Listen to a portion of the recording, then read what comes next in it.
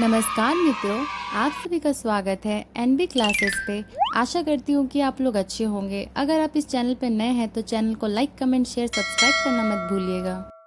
तो आज हम जानेंगे स्नो वाइट और 7 बौनों की कहानी। आइए जानते हैं। एक बार की बात है, एक राज्य में एक राजा और रानी राज करते थे। दोनों ही अपनी प्रजा का खूब ध्यान रखते और दोनों ही बहुत अच्छे थे। लेकिन जिंदगी में बस एक ही कमी थी कि उनकी कोई संतान नहीं थी। एक बार रानी ने मन इच्छा जताई कि उनकी एक बेटी हो जो सबसे सुंदर और प्यारी हो। कुछ सालों बाद रानी की यह इच्छा पूरी हुई और उन्होंने एक सुंदर सी बेटी को जन्म दिया, जिसका नाम उन्होंने स्नो वाइट रखा। पूरे राज्य में खुशियां ही खुशियां थी, लेकिन यह खुशी ज़्यादा दिनों तक नहीं रह सकी। कुछ दिनों बाद जब राजा और रानी जंगल में घूमने गए तो एक जादूगरनी ने मौका पाकर रानी को चिड़िया बना दिया और अपने पास पिंजरे में कैद कर लिया। रानी ने अचानक गायब होने से राजा को लगा कि रानी की मौत हो गई। राजा बहुत दुखी हुए और उन्होंने स्नो वाइट की देखभाल और माँ के प्यार के लिए दोबारा शादी की। लेकिन जिससे उन्होंने शादी की वो वही जादूगरनी थी जिसने रानी को चिड़िया बनाकर कैद कर लिया था। उस जादूगरनी ने रूप बदलकर राजा के साथ शादी की थी। उसकी चिड़िया को देख स्नो वाइट बहुत खुश हुई और उसने वो चिड़िया उससे मांग ली। इस बात से अनजान कि वो चिड़िया उसकी माँ है, स्नो वाइट उसे बहुत प्यार से अपने पास रखती। उस जादूगरनी को स्नो वाइट के रूप से बहुत जलन थी। वो चाहती थी कि पूरी दुनिया में सबसे खूबसूरत वही हो। उस जादूगरनी के पास एक जादुई आईना था जिससे वो हर रोज पूछती थी कि सबसे सुंदर कौन है। हर बार आईने का जवाब आता, रानी आप तो सुंदर हैं ही, लेकिन स्नो वाइट आपसे भी ज़्यादा सुंदर है। यह सुनकर उसे बहुत गुस्सा आता। एक दिन उसने फैसला कर लिया कि वो स्नो वाइट को मार डालेगी। इसके लिए उसने एक मंत्री को बुलाया और उससे कहा, जाओ जाकर स्नो वाइट को मार डालो। मंत्री डर गया और स्नो वाइट को जंगल में ले गया, लेकिन उसे मार न सका। उसने स्नो वाइट को सारी बात बताई और उसे भाग जाने को कहा।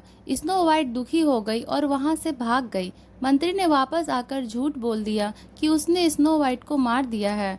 जादूगरनी रानी बहुत खुश हुई। उधर स्नो वाइट जंगल में भटक ही रही थी कि उसकी नज़र एक छोटी सी झोपड़ी पर गई।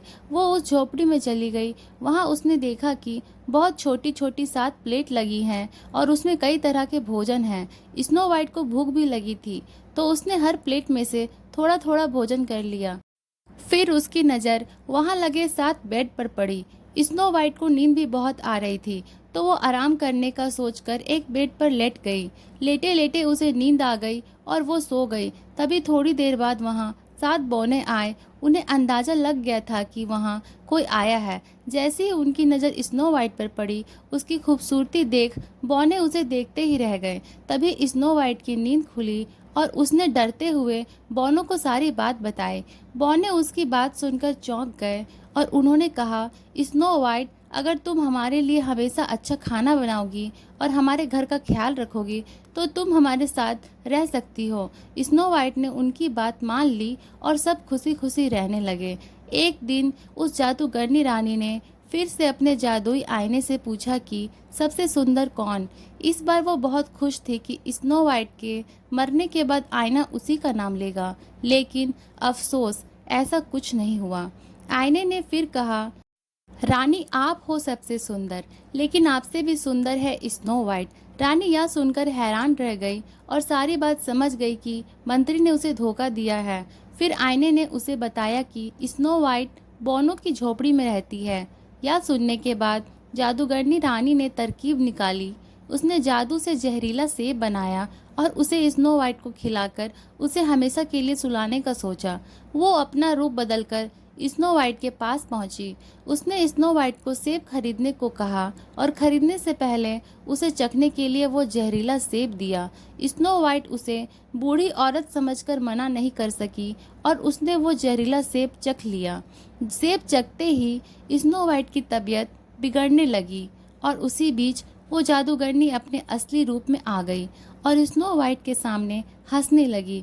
स्नो वाइट अपनी सौतेली माँ को देख हैरान रह गई और गहरी नींद में चली गई।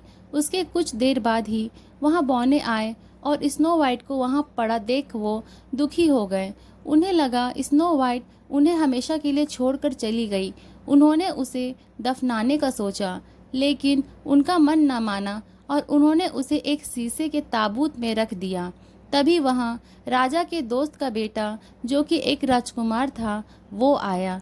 स्नो वाइट को देख वो चौंक गया और बहुत दुखी हुआ। उसने बौनों से स्नो वाइट के बारे में पूछा और दुखी होकर स्नो वाइट को ताबूत समेत अपने साथ ले जाने के बारे में पूछा। सारे बौने दुखी हो गए। उन्होंने ताबूत का शीशा खोला और राजकुमार ने स्नो वाइट पर प्यार जताते हुए इसके हाथ को चूमा। इतने में स्नो वाइट को होश आ गया। स्नो वाइट ने सबको अपने सामने देख सारी बात बताई। सब समझ गए कि जादूगरनी सौतेली माँ की वजह से ही ऐसा हुआ है। वो बौने जादूगर बनकर राजा के दरबार पहुँचे और उन्होंने कहा कि उन्हें पता है कि रानी को खूबसूरत बनने का शौक है, वो उन्हें बहुत खूबसूरत बना सकते हैं, लेकिन उन्हें उनके साथ चलना होगा। रानी और राजा उनके साथ चल पड़े और जैसे ही रानी पर सूरज की किरणें पड़ी, वो अपनी जादूगरनी के रूप में आ गई। वहाँ स्नो वाइट और राजकुमार भी पहुँचे। स्नो वाइट को सारी बात बता दी और फिर बौनों ने अपनी शक्ति से जादूगरनी के जादू को खत्म कर दिया। जादू खत्म होते ही चिड़िया बनी असली रानी अपने रूप में आ गई। राजा और स्नो वाइट रानी को देख बहुत खुश हुए और जादूगरनी को बंदी बनाने का आदेश दे दिया। इसके बाद राजा रानी ने स्नो वाइट और राजकुमार के विवाह का आयोजन किया और बौनों को तोहफे दिए। सभी खुशी खुशी रहने लगे। तो दोस्तों, इस कहानी से हमें यह सीख मिलती है कि बाहरी खूबसूरती से ज़्यादा अंदर की खूबसूरती ज़्यादा मायने रखती है। तो मित्रों, आज का वीडियो यहीं तक रहा। अगर आपके मन में कोई प्रश्न हो इस वीडियो को लेकर तो नीचे दिए गए कमेंट बॉक्स में आप बता सकते हैं। आगे जुड़े रहने के लिए या ऐसी और भी रोमांचक कहानियाँ सुनने के लिए सब्सक्राइब करें और बेल आइकन दबाना न भूलें। तब तक अच्छे रहें, स्वस्थ रहें। धन्यवाद।